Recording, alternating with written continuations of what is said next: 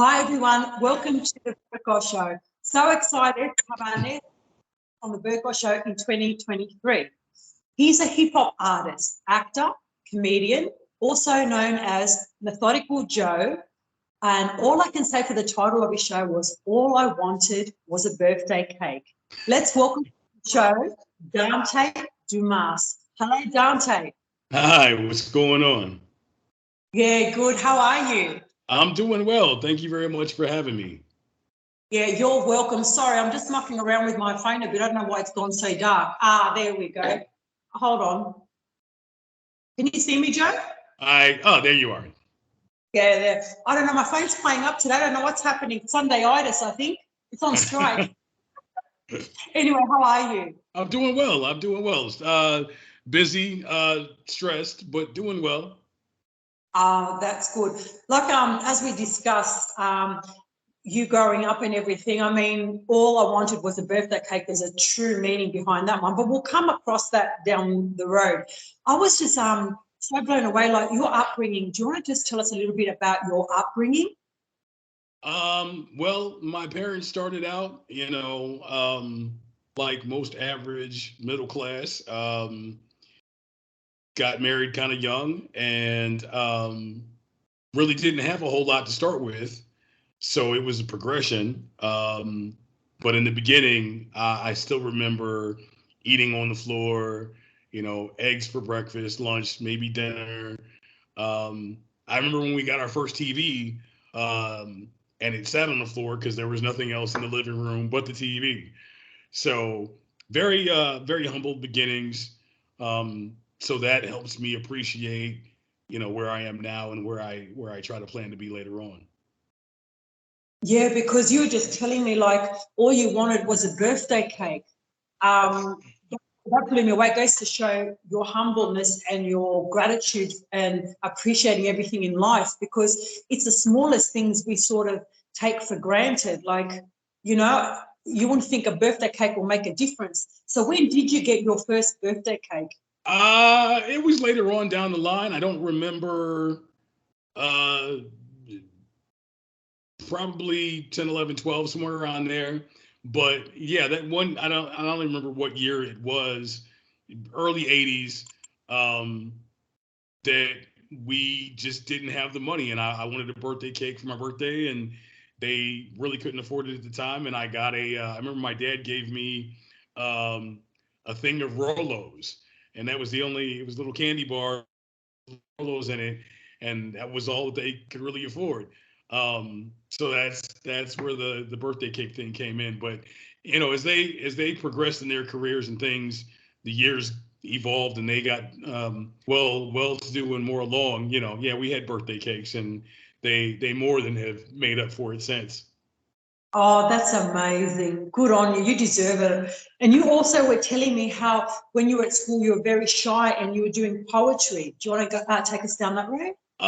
Yeah, I was always kind of a shy kid. I had very thick Coke bottle glasses growing up because I always had bad eyesight. So, we didn't have the cool frames that they have now. And so I had the Steve Urkel glasses before Steve Urkel had the glasses. So I was always kind of picked on. I was always very smart in school and I kind of fit into that whole nerdy category thing. So I was always picked on and bullied and whatnot. So I was very shy. And then when I got to high school, puberty kicked in. I grew a couple inches, and girls had kind of started noticing me, and I didn't really know how to take that. So the only way that I knew how to try to get attention from them was to find somebody that I liked or had a crush on, and I'd write them a poem because I didn't really know how to approach them. So I literally would just walk up to somebody that I had been in class with or wait till we were in class. And, instead of passing notes, I'm like, here, I wrote this for you here. And I'd go sit down and kind of hide. And that's kind of how the writing thing started. And then when did the music come into it all? Um, I kept up with the poetry. I was in high school. And then we were at lunch one day, and a couple of guys were like, yo, that's kind of deep. Why don't you try putting some of the stuff to music? And that's kind of how that started. And I remember being at home in my room and I had my little stereo system on the dresser and listening to Hot 97 and listening to the radio, and I would write or fix poems and try to adjust them to the certain beats of certain songs, and that's kind of how I got into hip hop as a writer. Okay, because you've had your highs and lows too in life. Like you've hit rock bottom. You were telling me how many times, and you've come back up again. What advice could you give out the audience today about that? Like, what gives you the strength to keep moving forward? To any, and to artists, we kind of live in our own bubble, and there's things that we can't let go of. There's been a couple of times I had to sit down with Capitol Records in 2000, I think it was 2006, and the meeting didn't go so well. And at that point, I kind of was like, yo, I'm done with hip hop. I quit. I'm finished. I'm done, whatever. But as a creative, it's kind of hard to leave the creativity alone. It's like this bug that eats at you. You may be able to take some time off, maybe a couple years, whatever the case may be. But in the end, it wakes you up and it's like, I have to do something. So to all my creatives and all the people in general, I tell people, just don't, if you have something that you were solemnly and solely passionate about, don't give up on it. Yeah, Chase your dreams for as long as, as keep moving. I talked to a girlfriend of mine the other day, and she said, well, I'm just trying to, keep moving forward. I said, hey, baby steps. As long as you're progressing and moving towards something, then you're doing okay. You don't want to ever give up. I have an album coming out January 27th, and no matter how well or not well it does, I will have been satisfied with the fact that I took something, I made something, and I put it out to the public. So true. I hear you. That's like me with my show. There's times I know I gave it up for 5.5 years and I got back into it. It's just something that's in you, and you just keep pursuing. Right. And you got to be in it. If you're not in it, and to show your content and to show what you're made of, well, then what have you got to show for people to see or to hear? Right. So consistent persistence, consistency, patience, and just keep putting yourself out there, and then the doors will eventually open. You will have a lot of roadblocks. It's not always going to be easy. It's not always going to be as quick as we'd like, because Lord knows right now, that's probably the biggest thing that eats at me at this point is I'm like, okay, I know I'm talented. I know I have something to say to the world. Can we just get it to happen now? I want it to happen now. I want the doors to open. You get to a point age-wise where you're like, okay, I'm on the downslide of things. Let's get this door open now before I'm too old to appreciate everything.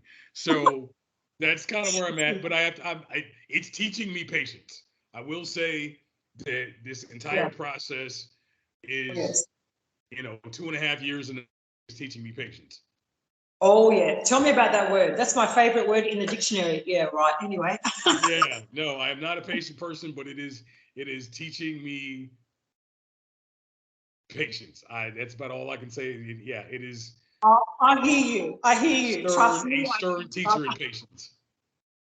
That's what I've learned. And also, how did you get into the acting part of things?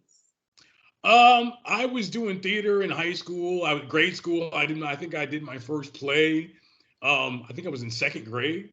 I've kind of always, I've kind of always had this thing about me being a creative and wanting to be in the spotlight. So that started at a very early age, grade school, high school, college. And then when I moved to California, I knew that's what I wanted to do primarily. And so I actually I think I found the first manager on Craigslist, matter of fact. And I had sent her, it was a couple of photo shoots that had been taken for the first album.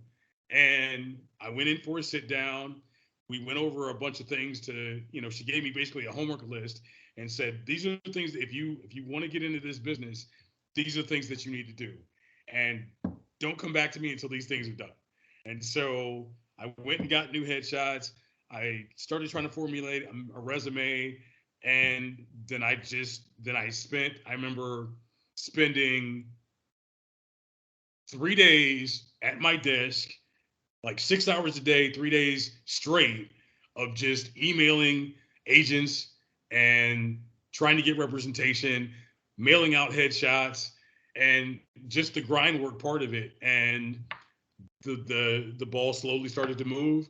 I think I got my first agent in 2013 or 12 or 13. And I've just been kind of rolling the ball with it ever since. Oh, Yeah. Your persistence and consistency, and that's what I believe in this industry, because there's always doors opening and closing, always. And the more you put yourself out there, the more Right. you're going to be seen and heard. Right. It's about timing and preparation.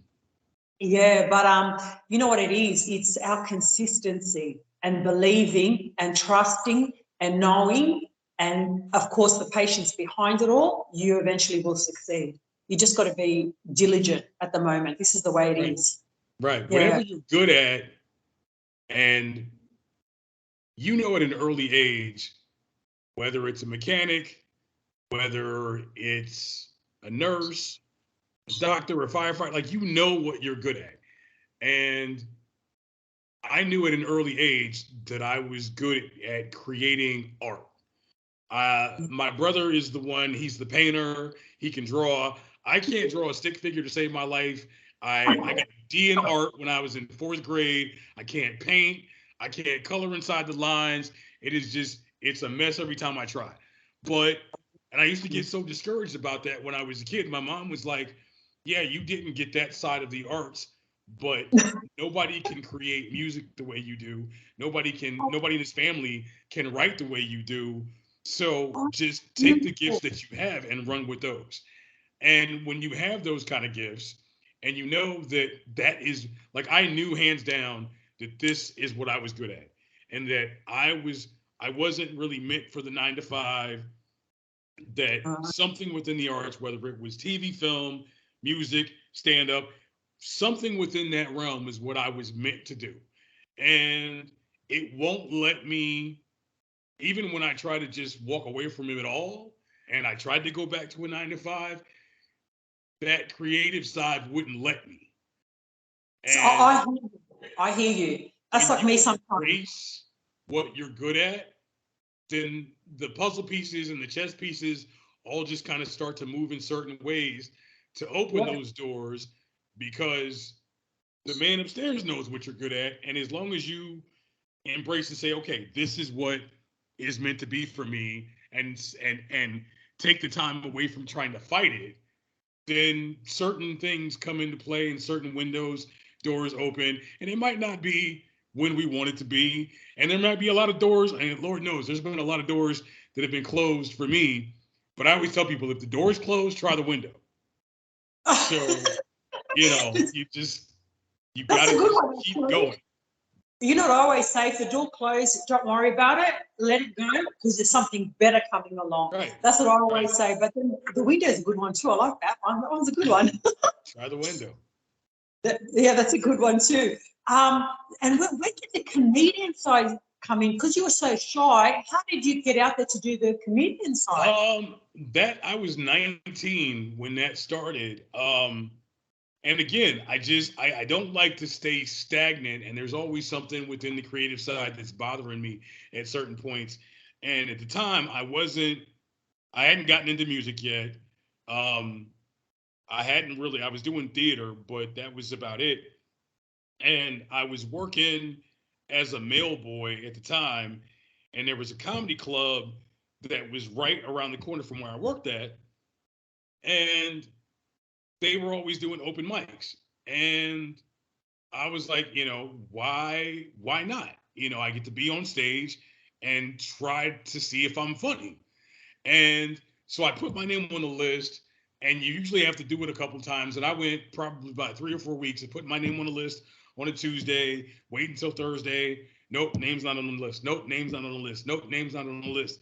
And then finally one day, I went and looked, and my name was on the list, and I'm like, oh crap, I don't have any material. I just knew how to be funny. I didn't. And when I went on stage, it was funny because I wasn't even old enough to be in the club. And when I went to go do my set, he was looking for my ID, and he's like, "You're not old enough to be in here." I'm like, "Look, I'm on the list. I'm doing a 3-minute set." And so they allowed me to do my set. He's like, "Well, you can do your set, and then you have to leave because you're not old enough to even be in here."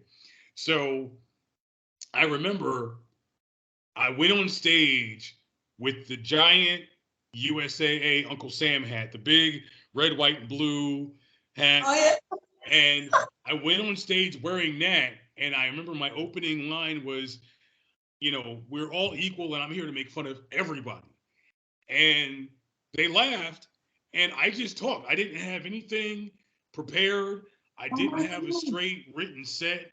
I just went on stage and started talking for 3 minutes and just cracked a bunch of jokes, and it worked.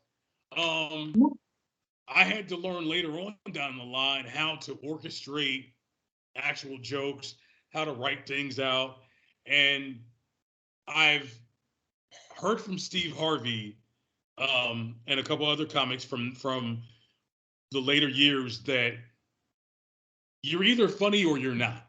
He said if you're going to a class to learn how to be funny, get your money back. He said you can go to class, you can go to training to learn how to orchestrate jokes, write things out, organize an actual set. But if you're going and you're spending money on training to be funny, you're wasting your money and they're taking it because you can't teach funny. And I just went on stage to see if I was funny enough to the public. I was always funny around the house, in front of my parents, around my friends, but I wanted to see if I was funny on stage. And to anybody that is pondering or thinking about it, go to an open mic, they give you 3 minutes. And 3 minutes is usually enough time for 3, maybe 4 jokes, just depending on how fast you kick them out. And those 3 minutes will tell you if you're funny. The audience will let you know if you're funny, and that'll let you know if you want to try to take a career in comedy. So I've done, my fair share of shows in the last, I don't know, 10 years. And again, it's just something I don't like to be stagnant. And so when the auditions are slowed up, if I've done everything on my homework list as far as my album is concerned, and then I'm sitting around, so even like next week, the album will be finished, and I know me, and I'll probably take like a week or so off, and then it'll be like, okay, what, I need to do something, and I'll reach out to a promoter and say, hey, I want to get back on stage. I have some new jokes, because I always have to keep moving.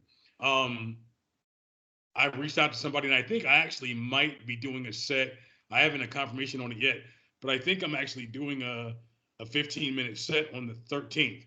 I don't know yet, but that's again that I always feel like I have to be doing something. It's hard for me to sit still. And it's that creativeness inside you. You can't stop. Trust me, I hear you. There's times where I think, oh, you know what, I start my show again, blah, blah. But then I think you get that hunger, that itch where you just want to create. You want to create. You can't stop. But it's a good thing as long as you're bringing good into the world, So, yeah, I find that a blessing. And also, you're telling me you got your daughter as well, and you're telling me you wrote songs about her. I have. She is about to graduate high school. I did a song for her when she was born called First Lady, and that was on my very first album. Was independent. I think we sold like 1,000 copies independently way back in 05, 06 timeframe. And then when I started working on this album, I said, well, she's 16 now at the time. Let's do another song for her, but let's talk about the progression now, because she's not, the first one, she was an infant. I was dealing with all the things that come with, new dad isms. I said, well, now she's 16. She's got a phone. She's, a junior in high school at the time. So I did a song called First Lady Still. And she's heard most of the album. And I think she already told me, she's like, well, Dad, my song is about the only song that I really, really like. And of course, because it's about her. So that's just the way. And I told her, I said, well, enjoy that one. I said, you'll give one more when you get married. I said, I'll write one more about you, and that'll be your gift, when you tie the knot. So. Oh, that's amazing. How beautiful is that? That's the best gift a father can give a daughter, isn't it? I try. That is beautiful. So anything else that you like as a creative, you'd like to be down any other road? Because you're doing the acting, the comedian, the hip hop. I don't know. I don't know if there's anything. I know me, and I know what I'm good at, and I know what I'm not good at. So staying within these three realms, I mean, for me, I guess the ultimate goal is I really want to get into movies full time, and then kind of do music in between. I want to kind of focus. I would like to be able to have my music in film. I'd love to be a part of a franchise, whether, I look at the Fast and Furious series, I look at the Marvel series and all these different continuous films, and that's kind of on my bucket list. But between the three, I think that's busy enough. I don't know if I have the bandwidth to try to stuff anything else in my brain. You know what? You'd be surprised what comes at you. All these different ventures. Trust me. I've been only back in last year in June. I started up my show, and the opportunities that have come my way and the doors that have opened are things that I probably would have thought of in the past, but never actually thought it would start manifesting into reality. It was like, whoa. But again, you've got to choose what you love because you want to give it your all. So, right. I'm cautious too because you don't want to overburn yourself as well, because I find that's done very easily. And that's when I find that's when you start umming, oh, why should I do this or why should I, So you've got to do it all within a certain space and time, Right. But as long as we do what we love and we pursue it, that's the main thing. So also I wanted to ask you, if you had a message to give to the world today in general, what would that message be to all the viewers out there today? Message to the world. Dream big and do better. I love it. It's so true. I say dream big or go home. That's what I always say. Yeah, swing. I mean, I don't know how to do anything on a small level. And I'm always swinging for the fences. And I tell people either it's going to work or it's going to be a fun story to tell. That's a good way of putting it, yeah. That's just, I will try anything once, twice if I like it. And either that, and if it doesn't work, then it's a story to tell. So true. And also find that nothing's really a failure. That's what I've realized. Nothing's really a failure. Right. Even if you do something and you think, okay, well, you know what? I've tried it. It's not my avenue. It's okay. It's okay to fail at it. If you want to call it so. Yeah. I look at it as the only way that you fail is if you stop trying. So true. So true. I agree with you 100%, because there's avenues I go down, then I go down and go, pull back, no, not me. And then I'll try something else. But it's only through time and age as you have that confidence where you can say, it's okay, people say all the time, well, I don't have time, or I can't, I want to do this and I want to travel here, or I want to accomplish this. Then figure out a way to just go do it. Set a plan. And, I told myself a couple of years ago, I wanted to, I've been all over the world. I've traveled a lot, but there's still so much of the world that I want to see. And I told myself, go someplace whether it's a different state or a different country, but once a year, go somewhere new. And it's worked out. I was in London back in August. I went to Paris. And every year, I just say, okay, this is where I'm going this year. What do I need to do to make this happen? And I take the previous year, like right now we're in 2023. Sometime this year, I am planning to, I think I've narrowed it down to, I think I'm going to Finland. That is where I want to go this year. Okay. And so I start planning for Finland for this year, but I also use this year to plan for next year. And so I'll pick sometime probably in June, I'll pick a country to go to for next year. So I plan this year for next year so that that is taken care of.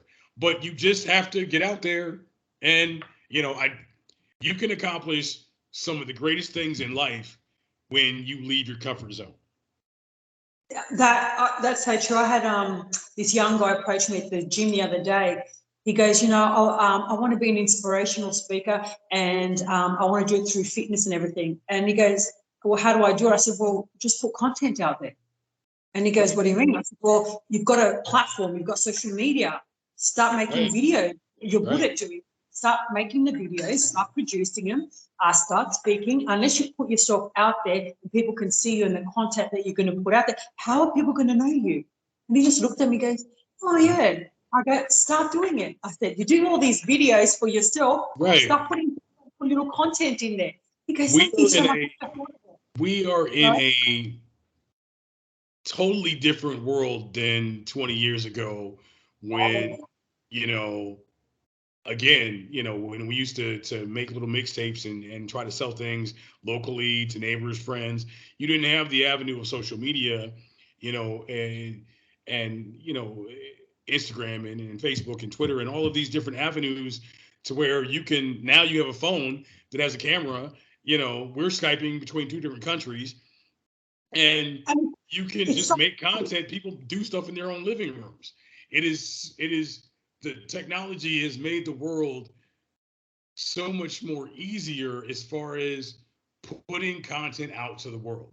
You can put something on YouTube and it goes out to billions of people at the click of a button.